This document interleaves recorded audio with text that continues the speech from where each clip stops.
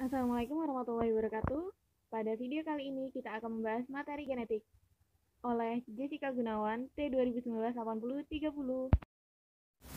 Mari kita cari tahu apa yang terjadi pada gambar berikut ini. Fingerprinting.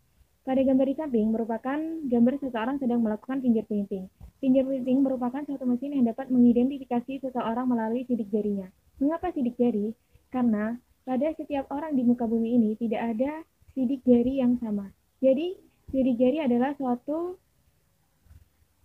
identitas pribadi seseorang yang tidak mungkin ada yang menyamainya, meskipun mereka akan beridentik. Mengapa hal itu terjadi? Nah, hal itu terjadi ada hubungannya dengan materi genetik yang terdapat pada tubuh manusia. Untuk mengetahui hal itu lebih jauh, mari kita simak video berikut ini.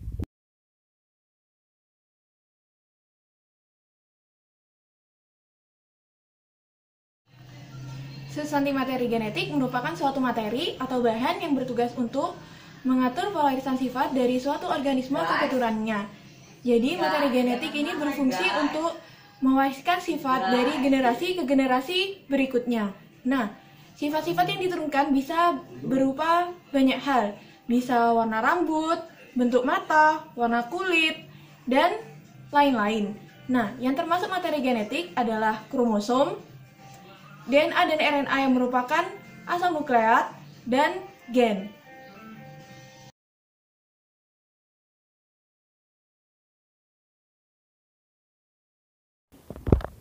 Di dalam suatu sel terdapat inti sel atau nukleus yang di dalamnya terkandung kromosom. Kromosom merupakan suatu struktur yang terbentuk dari pengompakan benang-benang kromatin. Pada gambar merupakan kromosom pada saat fase metafase pembelahan sel, ketika kromosom terlihat sangat jelas bentuknya. Kemudian, apabila diuraikan, kromosom terdiri dari kumpulan DNA dan protein histon. Awalnya, DNA yang berbentuk seperti tangga berpilin sehingga disebut double helix akan bertemu dengan protein histon dan berpilin sehingga membentuk suatu struktur yang disebut dengan nukleosom. Kemudian, kumpulan nukleosom akan membentuk lilitan panjang yang disebut dengan supercoil. Kumpulan supercoil akan membentuk suatu struktur yang disebut dengan benang-benang kromosom atau disebut kromatin. Kumpulan kromatin akan membentuk kromatid atau lengan kromosom. Kemudian, dua lengan kromosom atau kromatid akan membentuk struktur yang disebut kromosom. Nah, sedangkan gen itu merupakan unit hereditas terkecil suatu makhluk hidup yang terdiri dari kumpulan beberapa segmen DNA. Jadi, dalam DNA yang panjang terdapat suatu segmen-segmen atau kumpulan beberapa DNA yang disebut sebagai gen. Gen itu adalah kumpulan segmen DNA yang mengkode sifat tertentu pada suatu makhluk hidup. Bisa warna kulit, bisa jenis rambut, bisa warna mata, dan lain sebagainya.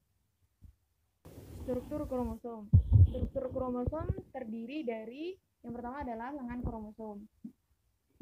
Kemudian ada benang kromonema yang dilapisi oleh matriks dan dibungkus oleh membran. Matriks itu merupakan gambar yang abu-abu.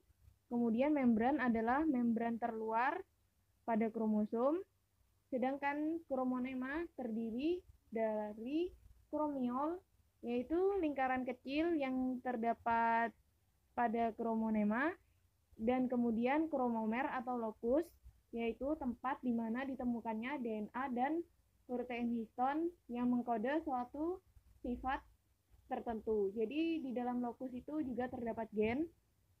Dan kemudian ada sentromer, yaitu tempat menempelnya benang spindle saat proses pembelahan sel.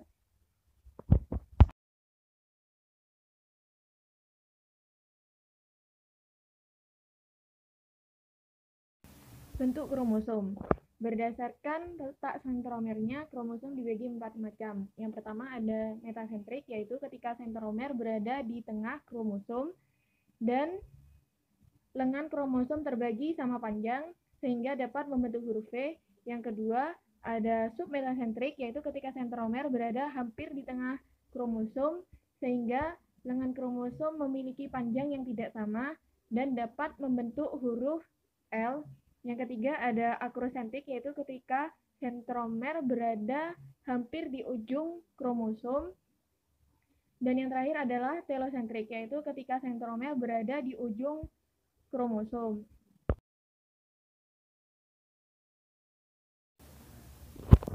Jenis dan jumlah kromosom.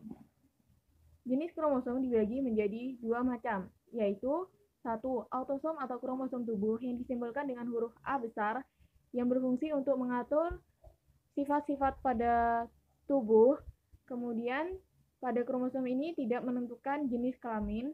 Dan yang kedua ada gonosom atau kromosom seks yang berfungsi untuk menentukan jenis kelamin suatu organisme. Ada kromosom X dan kromosom Y. Pada laki-laki, kromosomnya berupa X dan Y, sedangkan pada perempuan, kromosomnya berupa X dan X. Jumlah kromosom.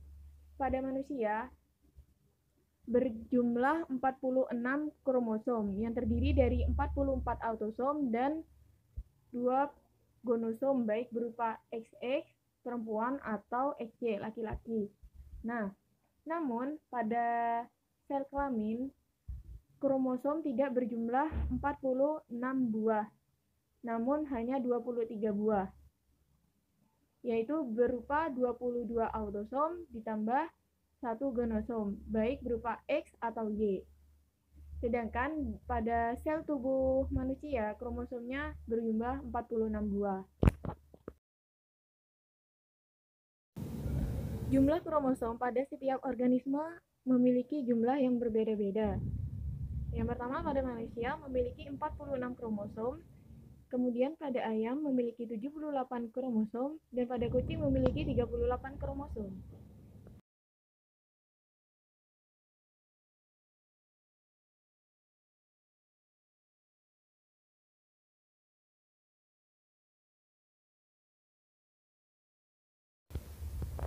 DNA, deoksiribonukleik asid, merupakan senyawa polinukleotida penyusun gen yang berfungsi sebagai pembawa materi genetik secara turun-temurun.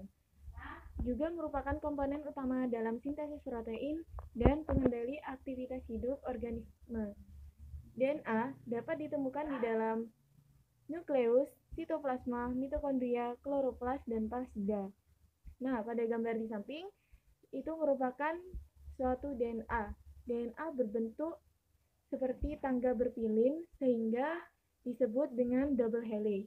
Nah, bagian tai kuning itu merupakan bagian ibu tangga yang terdiri dari gugus fosfat dan gula deoksiribosa. Kemudian bagian anak tangganya itu merupakan pasangan basa nitrogen yang diikat oleh ikatan hidrogen.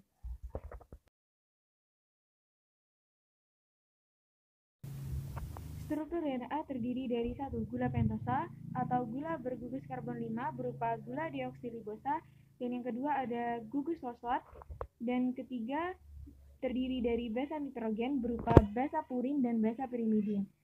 Gabungan dari ketiga komponen ini akan membentuk suatu senyawa berupa nukleotida. Sedangkan nukleotida tanpa fosfat disebut dengan nukleosida.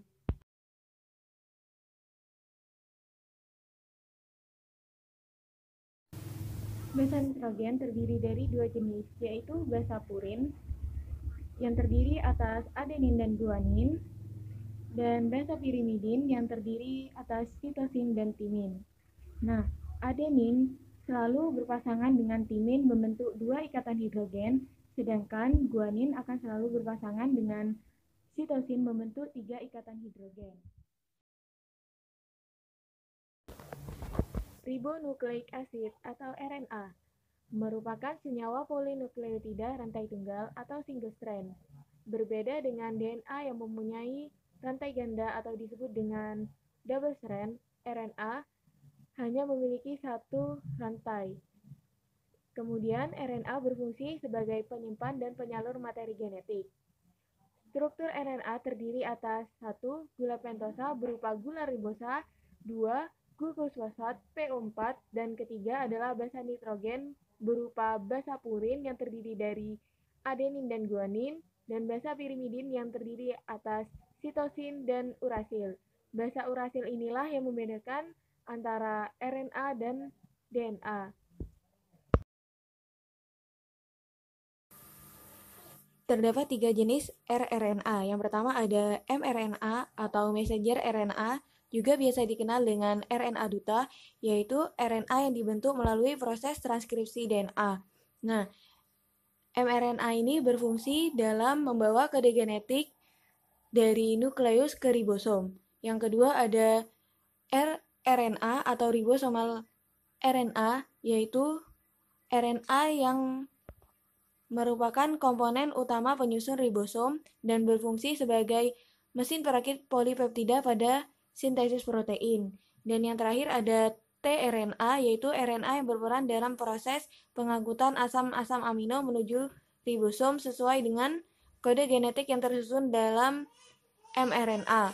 Jadi, tRNA ini berfungsi untuk menerjemahkan kodon dari mRNA menjadi asam amino, kemudian diangkut ke ribosom untuk dirakit.